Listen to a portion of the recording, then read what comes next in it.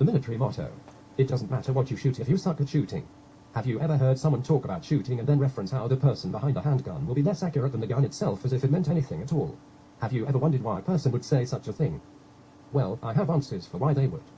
A person making that kind of comment in regard to handgun accuracy is either highly ignorant or simply lying. Both of which are very insulting to anyone's intelligence. But the problem here is that the vast majority of people won't be able to see the lies it's presented to them, and this would likely be because they assume the person saying it has some sort of crescent ability, typically military service or something of that nature where it may be somewhat expected. Note, this assumption of authority is typically based on pure ignorance, which isn't a good starting point. When we look at the military as a place to get information from on a pistol, for example, we understand that your average military grunt will probably rarely, if ever, be using a pistol at all in the first place. It's also known that the military shoots at insultingly large targets for that qualification, much like the police. Tilde full-size targets of a human silhouette. When you compare those targets to any standard NRA pistol target, we see a huge difference, and that difference isn't to be ignored. Another fact to note about shooting is that in order to typically be an expert in anything, one must usually have to have devoted tilde 10,000 hours to doing exactly that. For a military individual or your typical cop who isn't an avid shooter, those are immediate non-starters for considering points of reference. This concept potentially calls into question those in special forces, as they are qualified on far less hours of handgun shooting than that. The people repeating such comments referencing the typical shooter's ability can't even verify its truthfulness. Basically, you're talking to someone who likely spent far more time learning and practicing how to dress up and march around pointlessly than actually be an expert with a handgun. One can only imagine which of the two activities got tested more when we hear such ignorant statements coming from a person in any group like that. The worst part is they get told the generalization and then maybe shoot only one or two different handguns in the process, not enough to gain a true perspective. There are some schools of thought that teach lessons by initially lying to the students. I don't believe in such pretentious methods. The fact of the matter is this. People who repeat those lies as if they were an authority on such have very low odds of knowing whether or not they're repeating a lie, that it's simply mind-boggling. When you have such a limited amount of experience with a handgun that when someone asks if you have ever shot a revolver, most military people would be answering no to this, and the answer is exactly that, then we understand that they're not speaking from any sort of relevant personal experience or authority. When you take the average learning shooter, they will typically after a little practice be able to shoot a 5.5 group at 25 yards. But let's be nice and call it roughly around 6.5 for the sake of argument. Generally speaking, these kind of results are typically represented by scores on a standard NRA target from around 50/100ths to 70/100ths for quicker learners of people who have done some shooting. The problem here begins with identifying those low score levels, which would actually be ranked quite highly by military and police standards.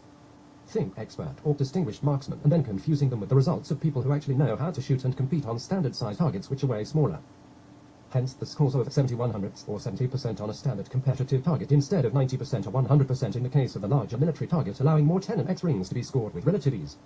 To understand the military perspective, when you take a Beretta 92, which may be expected to shoot a tilde 2.25 group at 25 yards on average from a ransom rest, a mechanical device used to demonstrate its true accuracy potential, we understand that if the 10 ring is roughly 1.5 inches in diameter, that your standards for perfect shooting probably should be adjusted. The scoring of such would be improbable even with a technically perfect shooter, given the pistol's probable mechanical limitations. Now, will the military grunt be a good enough shot to understand that being all he can be as a shooter with the Beretta pistol is actually somewhat limiting? No, they are just told a lie. They repeat it mindlessly regarding being just as good of a shot with any handgun. They aren't told simple facts about other guns that actually perform significantly better or worse, but rather they get told that having more bullets is more important because they're expected to miss and need more shots anyway. They also get told that each handgun will shoot pretty much the same, and that they wouldn't be able to notice any difference, which is a total lie, by the way. The problem begins when it go around repeating that garbage that they were told after shooting less than a handful of handguns. Had they ever shot a number of different handguns, they'd realize some technically shoot far better than others among obvious differences in trigger pull, grips, etc., and other factors that allow people to typically shoot better with them outside of their inherent accuracy characteristics. So where does that leave the average military grunt? Well, the military says that if you're an expert, all those characteristics that aren't related to accuracy, like grips, trigger, etc., won't matter, because a person with all of the correct fundamentals should shoot them all the same. The problem here is that I have already outlined that the military isn't a group of professional shooters, though in a perfect world the perfect marksman might begin to make that a true statement. The military grunt will also go as far to say that a target-grade pistol or revolver won't group any differently than their issued pistol. They will cite the shooter as the major limiting factor. Once again, a huge red flag gets raised when they haven't shot a target pistol or revolver for any sort of perspective. All that we've identified up to this point is that they're just repeating lies and are totally out of context because they aren't really professionals with any handgun at all. If you take a good look at current professional shooters, do they use old clunker pistols that don't have match-grade barrels? No, they use guns that are inherently accurate and tailored to the needs for marksmanship. Not all accurate guns need to be identical to a race gun either. The US Navy SEALs had the HK-MK-23 made specifically for them, guaranteed to shoot at the very least 2 inches.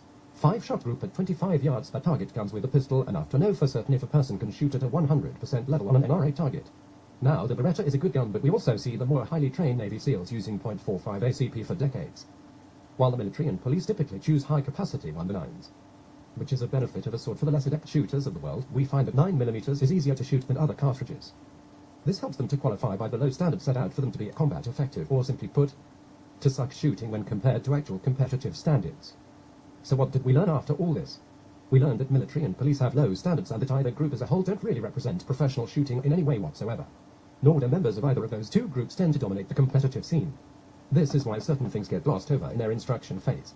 The problem when low standards and a very narrow scope of information get applied is that individuals in these groups claim expertise when they're basically the equivalent of a more ninja when it comes to actual competitive shooting and knowledge of handguns or rifles in general. They simply don't know enough to question the authority by which it was told to them, on top of the fact that the organization they belong to typically wouldn't allow that line of questioning or object on anyway. So they got fed a line, since ranking to any position of authority in such a field necessitates repeating that exact line. They repeat it to everyone and assume it to be valid, which it certainly is not. So if you give someone a piece of junk pistol and that same person a finely crafted pistol that is known to shoot significantly better in a ransom rest, you get a result that becomes blatantly obvious. It's that better guns are better.